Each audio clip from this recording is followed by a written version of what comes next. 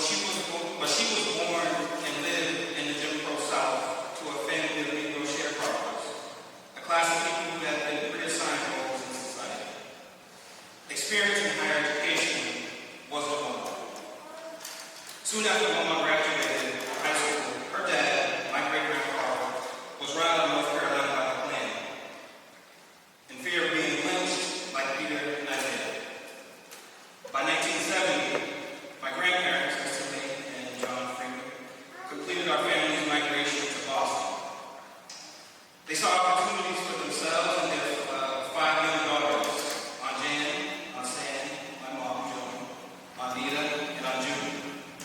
They were trying to get access to the kind of education, opportunity structures, and human decency that opened up meaningful participation in our democracy that the Jim Crow South denied.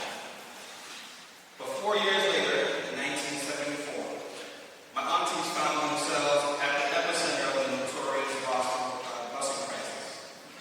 They were running from their South Boston High School classroom all the way back to where they lived in the Columbia Point Project.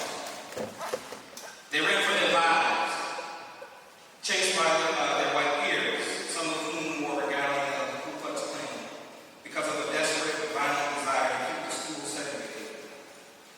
This is a real story.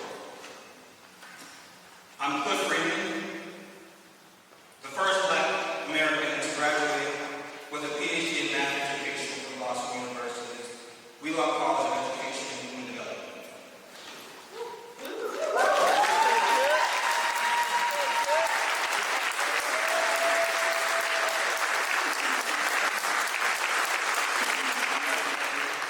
And being the first meant I had to figure out a lot of things on my own, but it was all possible via a supportive village, similar to the village where as a child.